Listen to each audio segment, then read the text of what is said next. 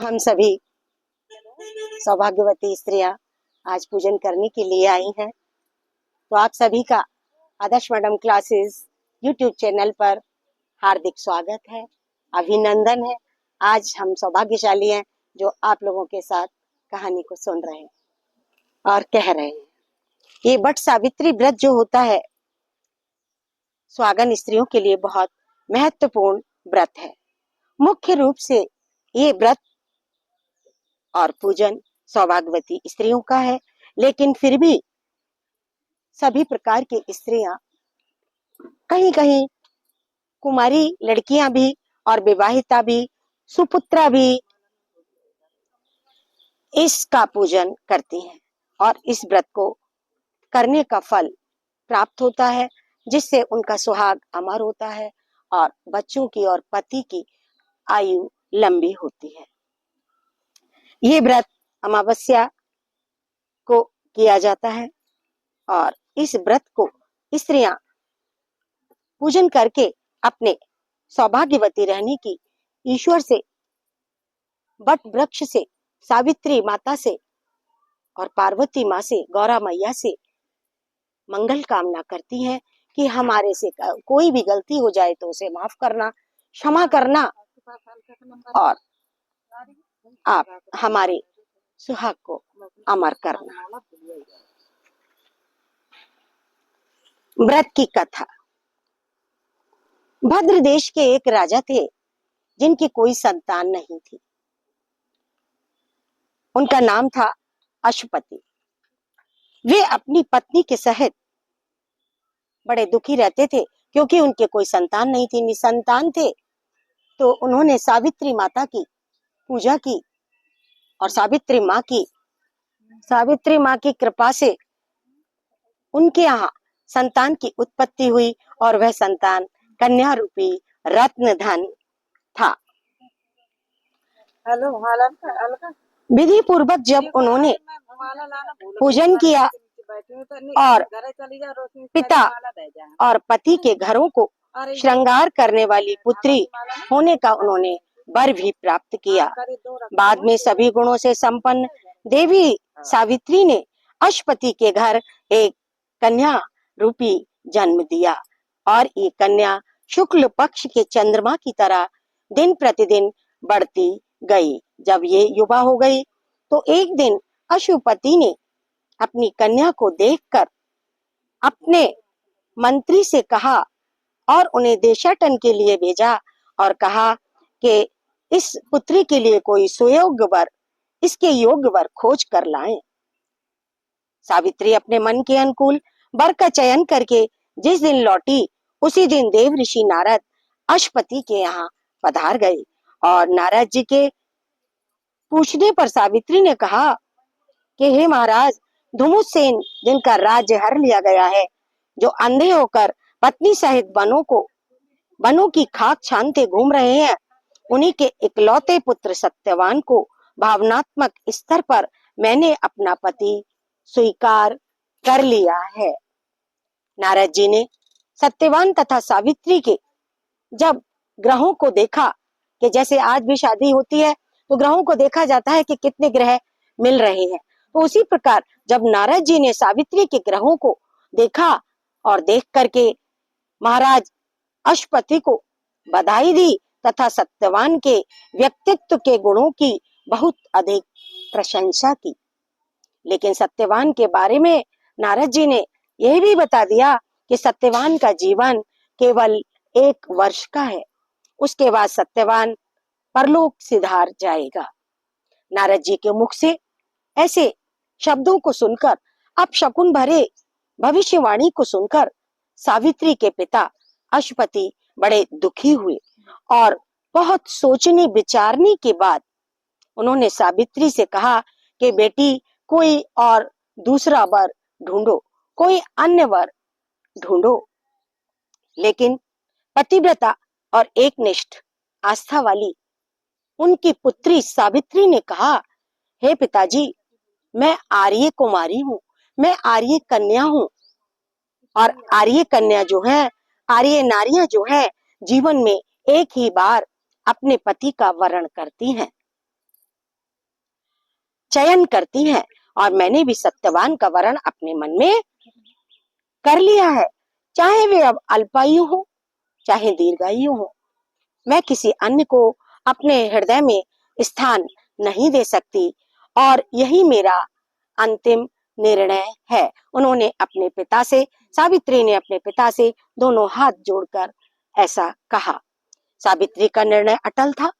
महाराज अश्वपति जानते थे कि सावित्री एक निष्ठ है, इसका निर्णय को बदलना अब आसान नहीं है। अतः निर्धारित समय पर सावित्री तथा सत्यवान का विवाह कर दिया गया। सावित्री अपने सास ससुर और पति के साथ जंगल में निवास करने लगी। वह अपने सास ससुर की खूब सेवा करती थी, उनका ध्यान रखती थी। आखिरकार 1 साल बीतता गया और सत्यवान की आयु पूरी हो गई। जैसा कि नारद जी ने कहा था कि इसकी आयु 1 वर्ष है। उस दिन जब सत्यवान लकड़ियां काटने के लिए चला तो सास ससुर से उसने सावित्री ने आज्ञा ली और वह भी उनके साथ चल दी। जंगल में सत्यवान ने मीठे मीठे फल लाकर सावित्री को दिए और स्वयं लकड़ियां काटने के लिए एक पेड़ पर चढ़ गया। थोड़ी ही देर के बाद उसके सर में बहुत दर्द होने लगा, भयंकर पीड़ा होने लगी और भयंकर दर्द के कारण, पीड़ा के कारण सत्यवान वृक्ष से नीचे उतर आया। सावित्री ने उसे पास ही स्थित बड़ के एक पेड़ के नीचे लेटा दिया। जब बड़ के पेड़ के नीचे लेटाकर सावित्री अपने पति का सर अपनी गोद में रखकर बैठ गई। सावित्री तो सब कुछ जानती थी कि अब क्या होने वाला है। उसे नारद जी की बताई हुई भविष्यवाणी याद आने लगी। सावित्री सब कुछ जानने के बाद उसका दिल बहुत घबरा रहा था। वह अंदर से डर रही थी, किंतु मन ही मन उसने कोई ठोस निर्णय ले लिया था। अतः एक अजीब सी पवित्र दृढ़ता उसके चेहरे पर दिखाई देने लगी थी। अब तो उसे केवल उस समय का इंतजार था कि जिसकी राह वह वर्षों से देख रही थी। देखते ही देखते वह समय भी आज आ गया जब यमराज ने ब्रह्मा के विधान की रूपरेखा सावित्री के सामने स्पष्ट की और सत्यवान के प्राणों को लेकर चल दिए। तब सावित्री ने यमराज का पीछा करना शुरू कर दिया, अर्थात सावित्री यमराज के पीछे पीछे चल दी। पीछे आती हुई सावित्री को देखकर यमराज ने उसे कहा, तुम यहाँ से लौट जाओ, ऐसा आदेश यमराज ने दिया। सावित्री बोली, महाराज, पति की पत्नी की सार्थकता इसी में है कि वह पति की छाया के समान अनुसरण करे और मैं ऐसा ही कर रही हूँ। यही मेरी मर्यादा है। इसके विरुद्ध कुछ भी बोलना आपके लिए शोभनीय नहीं है। फिर ऐसा कई बार हुआ कि यमराज ने सावित्री को बहुत समझाया, लेकिन सावित्री हर बार कोई न कोई तर्क देकर यमराज के पीछे पीछे चलती रही। तब यमराज ने सोचा कि सावित्री को कोई वरदान देकर लौटा दिया जाए। अतः उन्होंने पति के प्राणों के अतिरिक्त कुछ भी वरदान के रूप में मांगने के लिए कहा। सावित्री ने यमराज से सास ससुर की आंखों की खोई हुई ज्योति तथा दीर्घायु मांग ली। यमराज ने जैसे ही कहा, तथास्तु तथास्तु कहकर जैसे ही यमराज आगे बढ़े, सावित्री फिर यमराज के पीछे पीछे चल दी। थोड़ी दूर जाने पर यमराज ने फिर मुड़कर देखा तो सावित्री उनके पीछे पीछे आ रही थी। थोड़ी दूर जाने पर यमराज ने फिर देखा और सावित्री को अपने पीछे आता हुआ पाया। यमराज ने उसे आगे बढ़ने से रोका और विपरीत दिशा में जाने को कहा। इस पर सावित्री बोली, धर्मराज, पति के बिना नारी के जीवन की कोई सार्थकता नहीं है। जैसे मछली जल के बिना तड़पती है, वैसे मैं भी अपने पति के बिना तड़पूंगी। हम पति पत्नी अलग अलग रास्ते से नहीं जा सकते और मैं दूसरा कोई रास्ता नहीं अपना सकती। जिस ओर आप मेरे पति को लेकर जाएंगे, मेरे लिए वही मार्ग, वही रास्ता सुगम है। यमराज ने सावित्री के पतिव्रता धर्मनिष्ठ को देखकर उससे एक वरदान और मांगने के लिए कहा। सावित्री ने 100 भाइयों की बहन होने का वरदान मांग लिया। यमराज पुनः तथास्तु कहकर आगे बढ़ गए। सावित्री फिर उनके पीछे पीछे चल दी। यमराज ने फिर पीछे मुड़कर देखा तो ठिठक गए और सावित्री से विनम्र निवेदन किया, हे भद्रे, यदि तुम्हारे मन में और कोई इच्छा है, कोई अभिलाषा है और कोई कामना है तो मांग लो, तुम्हें वही मिलेगा। वचन को सुनकर सावित्री बोली, हे जीवन दाता, अगर आप सचमुच मुझ पर प्रसन्न हैं और सच्चे हृदय से वरदान देना चाहते हैं तो मुझे 100 पुत्रों की मां बनने का वरदान दें। यमराज बोले, तथास्तु कहकर फिर आगे बढ़ गए। सावित्री फिर यमराज के पीछे पीछे चलने लगी। यमराज ने फिर मुड़कर देखा तो सावित्री उनके पीछे आ रही है। अब आगे मत बढ़ो, मैं तुम्हें मुंह मांगा वरदान भी दे चुका हूँ, ऐसा यमराज ने सावित्री से कहा। इतने पर भी पीछा क्यों कर रही हो? सावित्री ने बड़े विनम्र स्वभाव से कहा, आपने मुझे 100 पुत्रों की मां बनने का वरदान तो दे दिया, पर क्या पति के बिना मैं संतान को जन्म दे सकती हूँ? मुझे मेरा पति मिलना चाहिए, तब मैं आपके वर पूरे कर सकूंगी। सावित्री की धर्मनिष्ठा, ज्ञान, बुद्धि, विवेक और पतिव्रता धर्म के बात को समझकर यमराज ने सत्यवान को अपने पाश से मुक्त कर दिया और उसके पति सत्यवान में जाकर यमराज ने प्राण पुनः डाल दिए।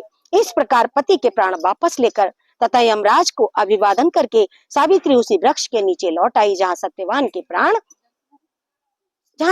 ने प्राण त्यागे थे। सावित्री ने प्रणाम करके ज्यों ही बट वृक्ष की पूरी परिक्रमा की अर्थात उसके फेरे लगाए, त्यों ही सत्यवान जीवित हो उठा और प्रसन्न होकर सावित्री पति सहित अपने सास ससुर के पास घर वापस लौट आई। उन्हें नेत्र की ज्योति मिल गई थी, क्योंकि यमराज से सावित्री ने ऐसा वरदान मांगा था।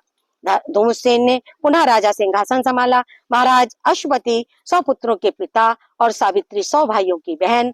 सावित्री भी वरदान के प्रभाव से 100 पुत्रों की मां बनी। इस प्रकार चारों दिशाएं सावित्री के पतिव्रत धर्म के पालन की कीर्ति से गूंज उठी, गुंजायमान हो उठी और आज भी पतिव्रता धर्म के कारण, सावित्री की ज्ञान के कारण, बुद्धि के कारण आज हम सभी नारियां सावित्री माँ की पूजा आज के दिन करते हैं और हमारी सावित्री के लिए, बट वृक्ष के लिए पूरी निष्ठा है। इस प्रकार कहानी संपूर्ण हुई। बोलिए एक बार सावित्री देवी की जय, बट अमावस्या की जय। प्रभु से मेरी यही प्रार्थना है कि कहने वालों की, सुनने वालों की भगवान सभी इच्छाओं को पूर्ण करे और उनके सुहाग की, बालकों की और उनकी लंबी आयु प्रदान करे। अगर भूल चूक से मुझसे कोई गलती हो गई हो कहानी कहने में तो मुझे क्षमा कर दीजिएगा। धन्यवाद।